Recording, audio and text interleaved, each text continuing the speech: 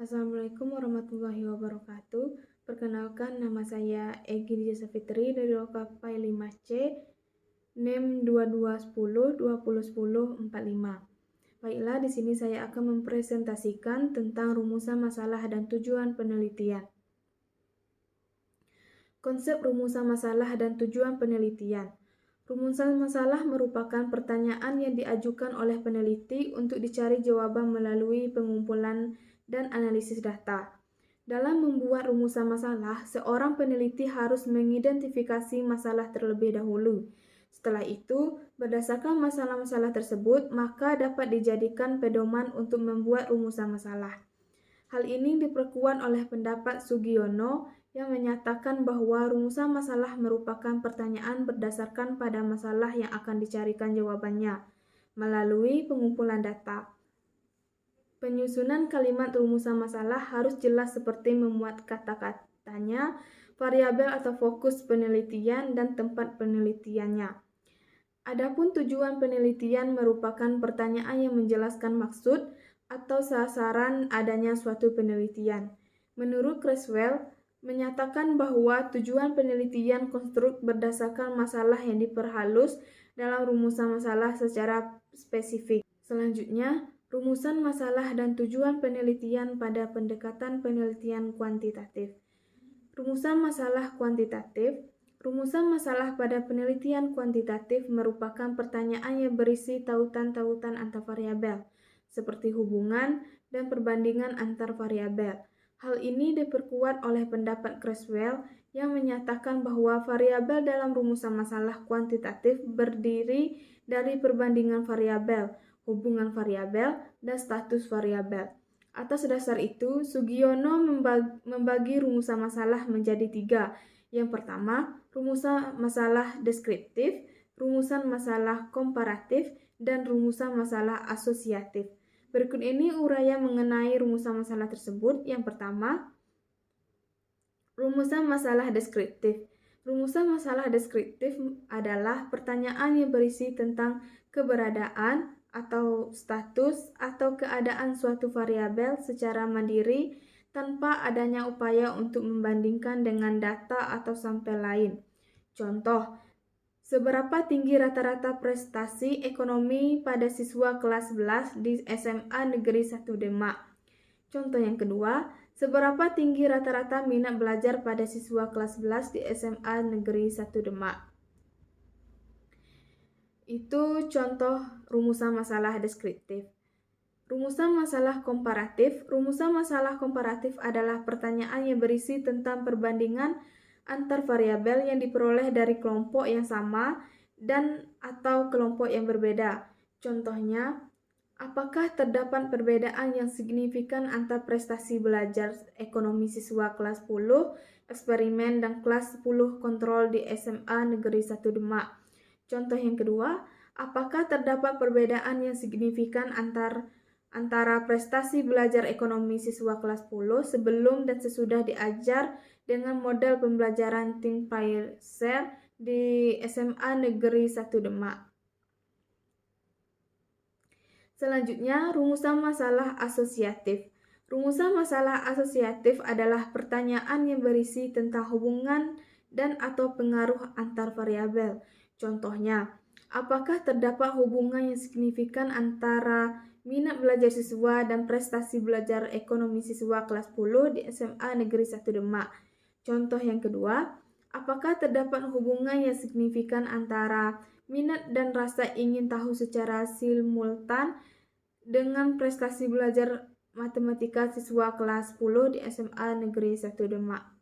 Selanjutnya, tujuan penelitian kuantitatif.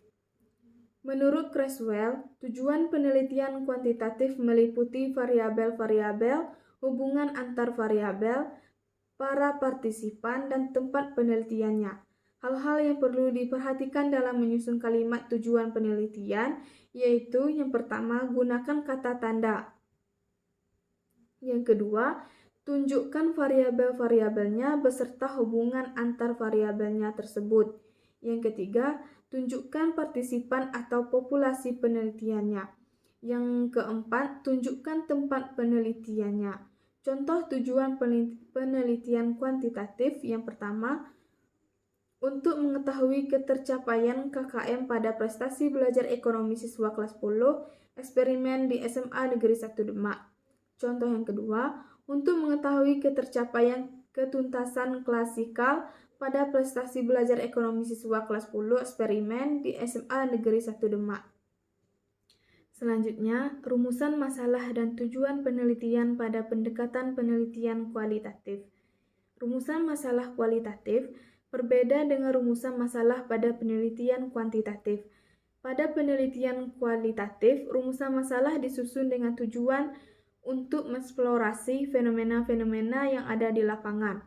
Menurut Creswell, menyatakan bahwa rumusan masalah pada penelitian kualitatif terbagi menjadi dua. Yang pertama, rumusan masalah utama dan rumusan masalah spesifik.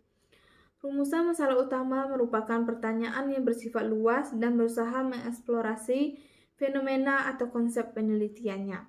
Sedangkan rumusan masalah spesifik merupakan pertanyaan yang berusaha mengeksplorasi secara detail fokus penelitiannya.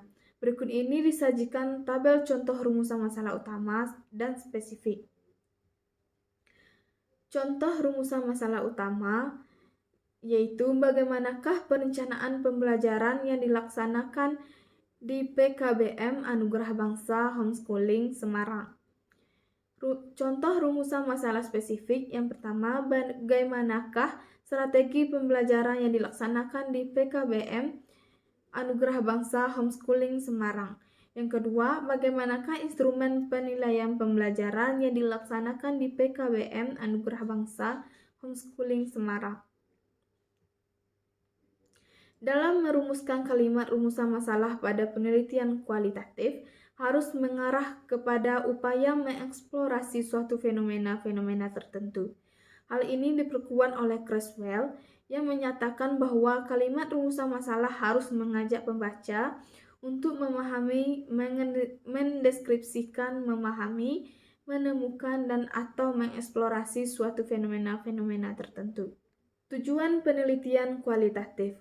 Menurut Rako, menyatakan bahwa tujuan penelitian kualitatif menangkap arti secara mendalam pada suatu peristiwa atau masalah, bukan untuk membuktikan adanya hubungan atau sebab akibat dari satu peristiwa atau masalah. Sedangkan menurut Creswell, tujuan penelitian kualitatif mencangkup informasi tentang fenomena utama yang dieksplorasi dalam penelitian, partisipan, dan lokasi penelitian. Berdasarkan kedua ahli di atas, dapat disimpulkan bahwa tujuan penelitian kualitatif hanya mencari informasi secara mendalam, bukan untuk membuktikan suatu sebab akibat atau hubungan antar peristiwa. Hal-hal yang perlu diperhatikan dalam menyusun kalimat tujuan penelitian. Yang pertama, fokus pada satu fenomena. Yang kedua, gunakan kata menunjukkan adanya proses seperti memahami, mengembangkan, menemukan sehingga membuat penelitian menjadi terbuka. Yang ketiga, tunjukkan partisipan. Yang keempat, tunjukkan lokasi penelitian. Contoh tujuan penelitian kualitatif. Yang pertama, untuk mendeskripsikan strategi pembelajaran yang dilaksanakan di PKBM Anugerah Bangsa Homeschooling Semarang. Yang kedua, untuk memahami instrumen penilaian pembelajaran yang dilaksanakan di PKBM Anugerah Bangsa Homeschooling Semarang. Selanjutnya, rumusan masalah pada pendekatan penelitian campuran. Menurut Creswell, menyatakan bahwa rumusan masalah pada pendekatan penelitian campuran terdiri dari rumusan masalah kuantitatif dan kualitatif. Kedua rumusan masalah tersebut memiliki kedudukan yang saling melengkapi. Contoh, rumusan masalah kualitatif. Bagaimanakah proses pengembangan lembar kerja siswa berbasis predict, observe, explain pada mata pembelajaran matematika SD Negeri Bangun Datar. Contoh rumusan masalah kuantitatif. Pada produk pengembangan lembar kerja siswa berbasis predict, observe, explain pada mata pembelajaran matematika SD materi Bangun Datar berkriteria valid. Baiklah, itulah hasil dari presentasi dari saya. Jika terdapat kesalahan, mohon dimaafkan. Wassalamualaikum warahmatullahi wabarakatuh.